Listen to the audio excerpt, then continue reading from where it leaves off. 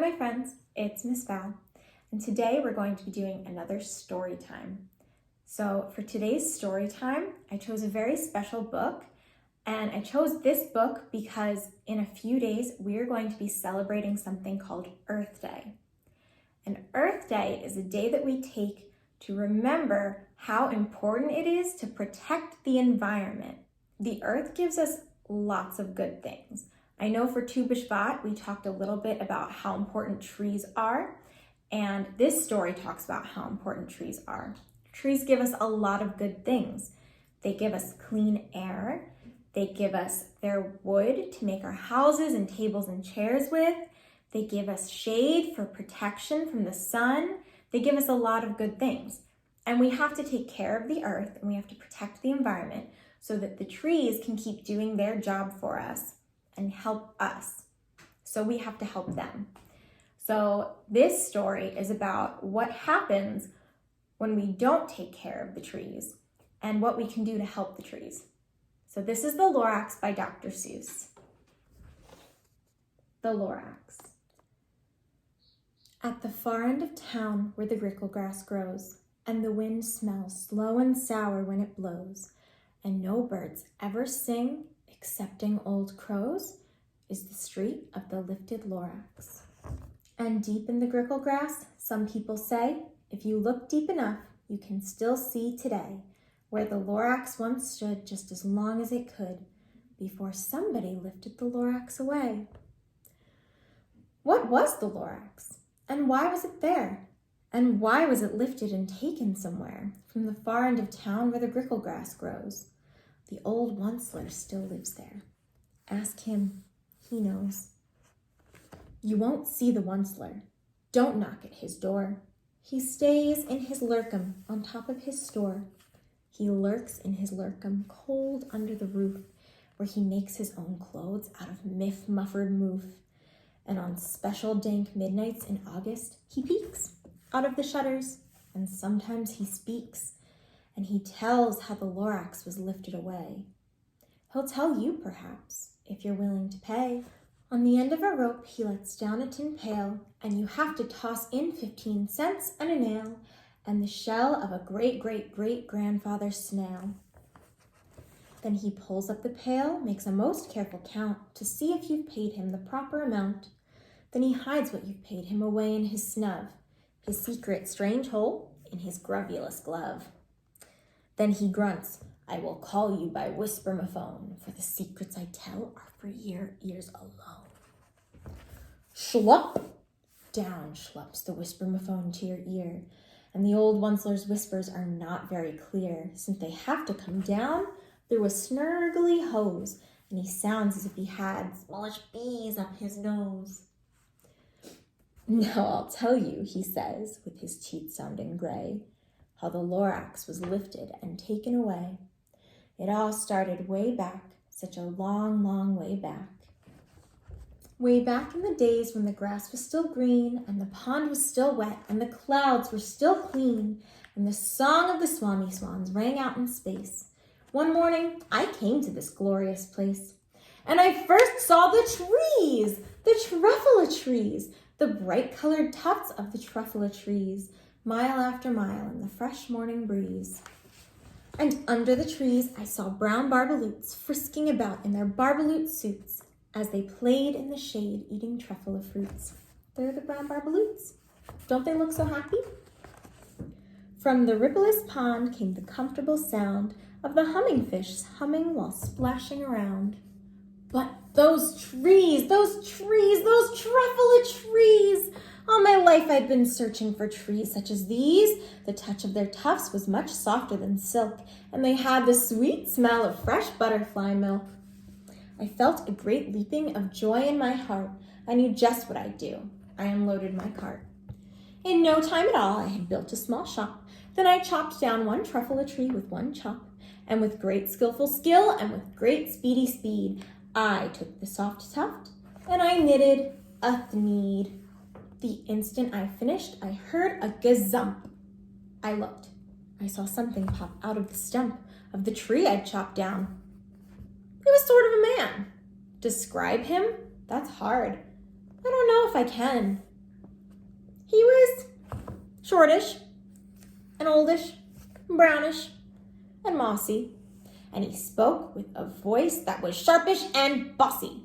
"Mister," he said with a sawdusty sneeze, "I am the Lorax. I speak for the trees. I speak for the trees have no tongues, and I'm asking you, sir, at the top of my lungs." He was very upset as he shouted and puffed. "What's that thing you've made out of my Truffula tuft?" "Look, Lorax," I said, "there's no cause for alarm. I chopped just one tree. I am doing no harm. I'm being quite useful. This thing is a need. A need's a fine something that all people need. It's a shirt, it's a sock, it's a glove, it's a hat, but it has other uses, yes, far beyond that. You can use it for carpets, for pillows, for sheets, or covers or curtains for bicycle seats." The Lorax said, "Sir, you are crazy with greed. There is no one on earth who will buy that fool's need." But that very next minute, I proved he was wrong. For just at that minute, a chap came along, and he thought that the need I had knitted was great. He happily bought it for $3.98. I looked at the Lorax. "You poor silly guy. You never can tell what some people might buy." "I repeat," cried the Lorax, "I speak for the trees." "I'm busy," I told him. "Hush up, if you please." I rushed across the room, and in no time at all, I built a radio phone. I put in a quick call. I called on my brothers and uncles and aunts, and I said, "Listen here. Here's a wonderful chance for the whole Onceler family to get mighty rich. Get over here fast. Take the road to North Nitch. Turn left at Weehawken, sharp right at South Stitch." And in no time at all, in the factory I built, the whole Onceler family was working full tilt. We were all knitting needs just as busy as bees to the sound of the chopping of Truffula trees. Then, oh baby, oh, how my business did grow. Now chopping one tree at a time was too slow. So I quickly invented my super axe hacker, which chopped off 4 Truffula trees at one smacker. We were making needs 4 times as fast as before. And that Lorax, he didn't show up anymore. But the next week, he knocked on my new office door. He snapped, "I am the Lorax who speaks for the trees, which you seem to be chopping as fast as you please. But I am also in charge of the brown barbaloots, who played in the shade in their barbaloot suits and happily lived eating Truffula fruits. Now, thanks to your hacking my trees to the ground, there's not enough Truffula fruit to go around. And my poor barbaloots are all getting the crummies because they have gas and no food in their tummies. They loved living here, but I can't let them stay. They'll have to find food, and I hope that they may. Good luck, boys," he cried, and he sent them away. I, the Onceler, felt sad as I watched them all go. But business is business, and business must grow, regardless of crummies and tummies, you know. I meant no harm. I most truly did not. But I had to grow bigger, so bigger I got. I biggered my factory. I biggered my roads. I biggered my wagons. I biggered the loads of the needs I shipped out. I was shipping them forth, to the south, to the east, to the west, to the north. I went right on biggering, selling more needs, and I biggered my money, which everyone needs. Then again he came back. I was fixing some pipes when that old nuisance Lorax came back with more gripes. "How are they looking? How's the Lorax looking?" "Looks like he's maybe not feeling so good." "I am the Lorax." He coughed and he whiffed. He sneezed, he snuffled, he snargled, he sniffed. "Onceler," he cried with a crofulous croak. "Ew, Onceler, you're making such smogulous smoke. My poor swami swans, why they can't sing a note. No one can sing who has smog in their throat." "And so," said the Lorax, please pardon my cough, "they cannot live here, so I'm sending them off. Where will they go? I don't hopefully know. They may have to fly on for a month or a year to escape from the smog you've smogged up around here. There they go." "What's more," snapped the Lorax, his dander was up, "let me say a few words about gluppity glup. Your machinery chugs on day and night without stop, making gluppity glup. Also schloppity schlop. And what do you do with this leftover goo? I'll show you, you dirty old Onceler man, you. You're glumping the pond where the hummingfish hummed. No more can they hum, for their gills are all gummed. So I'm sending them off. Oh, their future is dreary. They'll walk on their fins and get woefully weary in search of a pond that isn't so smeary. And then I got mad. I got terribly mad. I yelled at the Lorax. Now listen here, Dad. All you do is yap, yap, and say bad, bad, bad, bad. Well, I have my rights, sir, and I'm telling you, I intend to go on doing just as I do. And for your information, you Lorax, I'm figuring on biggering and biggering and biggering and biggering, turning more Truffula trees into needs which everyone needs. And at that very moment, we heard a loud whack. From out in the fields came a sickening smack of an axe on a tree. Then we heard the tree fall, the very last Truffula tree of them all. No more trees, no more needs, no more work to be done.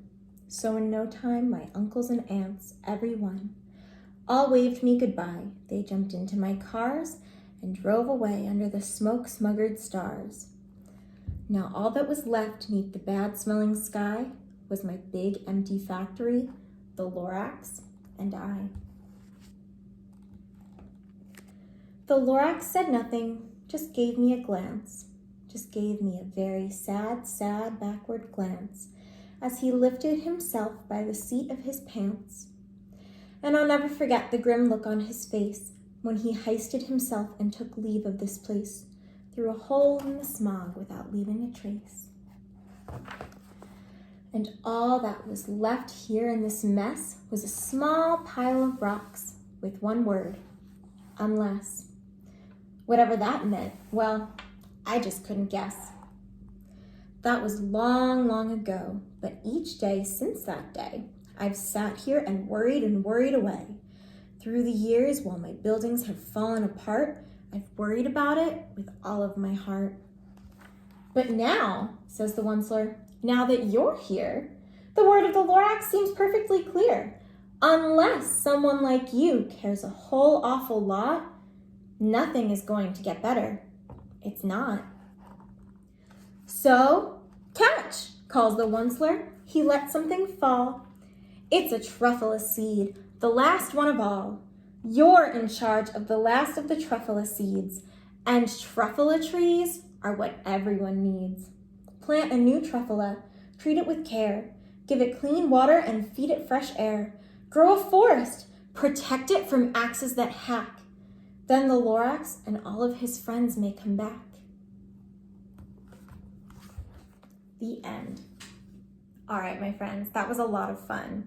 That story is a really special story, and I hope that you guys all listened to it and took it as a reminder that we have to do things that will help the earth.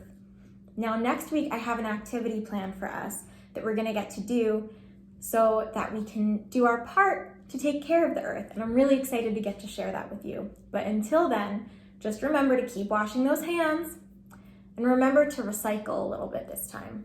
All right, bye guys, love you.